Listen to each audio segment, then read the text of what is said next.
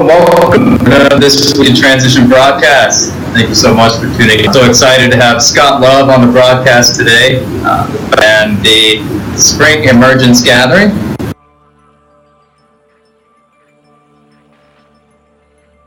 Coming up here the first week of July. Some pretty exciting things going on. I wanted to include in the broadcast this week, taking a step away from the property in S.E.E. to work on some projects down here in Atlanta and the surrounding area. So grateful to have received the opportunity to bring Scott on the show today. So welcome, Scott. Glad to have you here. Thank you. Glad to be here. Appreciate this. So some of the projects that you've been working on, but I was inspired you to produce and host for Emergence Gathering. I had this idea of 2 events a year. One being the 3 days of lake gathering, which is around the Asheville area in North Carolina later in the year. This year, so we kind of sandwich the spring and autumn so people could come and get really inspired and activated and go through the summer, go through their adventures, and then wrap it up with this kind of union. That's what 3DL is. It's a little conscious family reunion, and just talk about our adventures and connect and learn and work twice a year. Totally. Yeah, I really like that model, also put together a few times. It really seemed that's a good format to go with, having like a seasonal event, or I definitely like that format. So I really like a lot of small, like full moon gatherings and festivals. But it's place to reward as well. Having some of these small monthly or bi-monthly, being able to just without necessarily the full production and the installations. So really excited to see how Spring Emergence turns out and how that into the 3DL and some of the other stuff going on. What intention does contrast to some of the other events that you've organized in the past? So, the first question, what really inspired me to Spring Emergence Experience, or the S.E.E. gathering, was feeling anxiety of the local people's lives, how it was perceived potentially in November, December, and January. And really, it definitely inspired to years in Detroit doing social activism, and ran a magazine about independent, started a community center, and that was maybe 10, 15 years ago, and I hadn't really done any activist work. So when all this stuff was happening, and people were on social media, people were really scared, and I just wanted to create an opportunity for people to get together and first get together and feel supported, which is what these gatherings do and everything else. And then also workshops. I really want to introduce people to how to get into activism.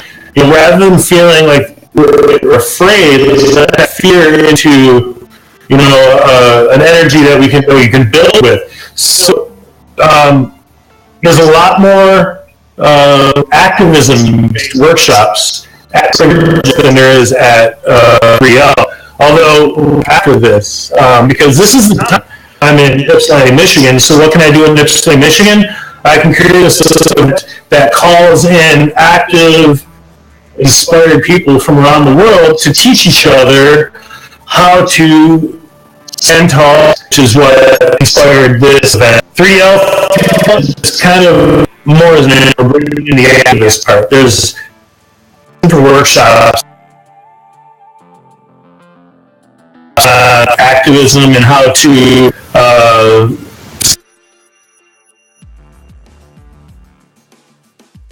teeth into community and support community and actually that's the nature of it.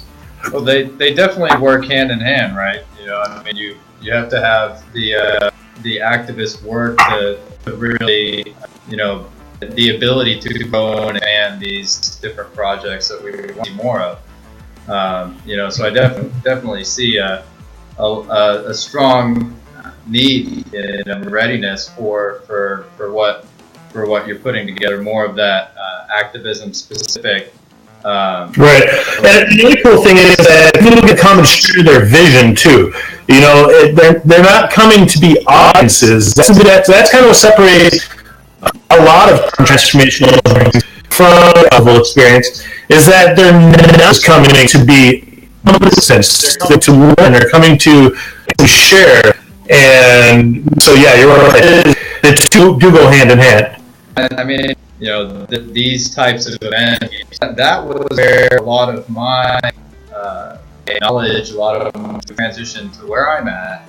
And so I definitely, these gatherings play such a huge role for myself. And why I see more of these events happening is because I can see people relate in my transition and have the opportunity to see people come here and celebrate. It's not as common in the mainstream.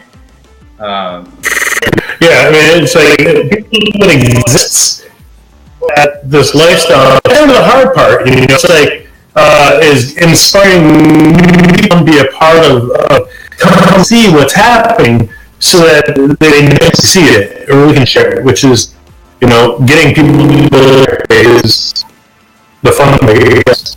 Totally. Well.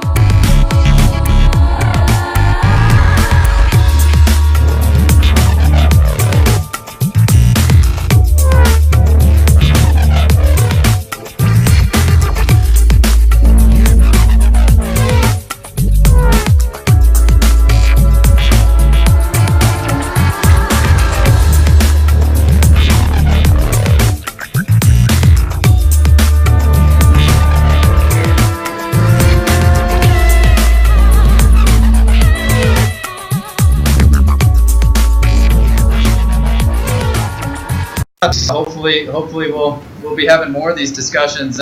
Yeah, man.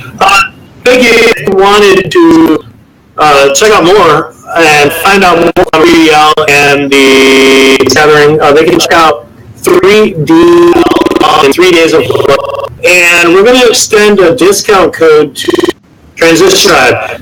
Awesome. Thank you so much. Thank you for giving us that opportunity. Yeah, absolutely.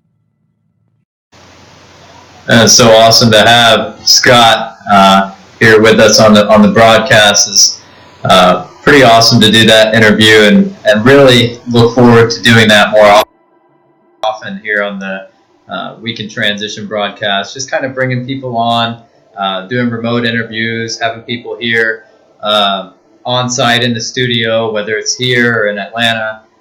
Just really excited to highlight more of these projects and share more of the good work that's happening here in the U.S. and around the world. So yeah, just a few updates before we close out this week's broadcast.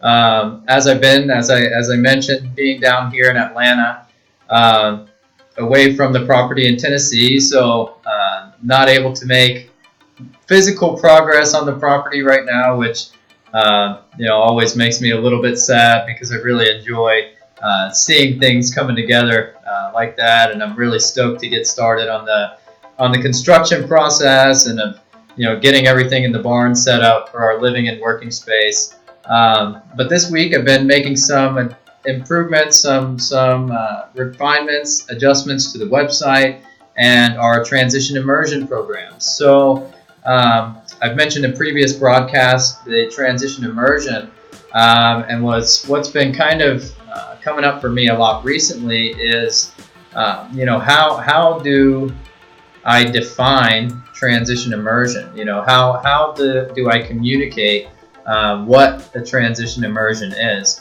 and receiving a little bit of clarity that transition immersion is really just that. It's an immersion, but that itself is not the program.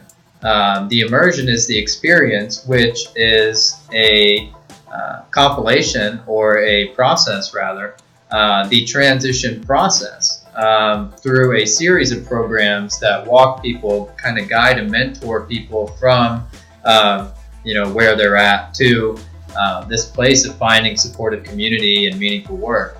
And so really putting together some of those specifics, putting a lot of the details behind the scenes together, but also sharing a little bit of that progress on the website, and making some edits there. So definitely encourage you to check that out, transitiontribe.com. Again, feel free to visit our Patreon page, and any contributions towards our $1,000 a month goal, and helping us really build and establish this strong foundation in Tennessee from which we can grow from, and continue to extend opportunities elsewhere. So thanks again for tuning in to This Week in Transition, and look forward to seeing you next week. Blessings.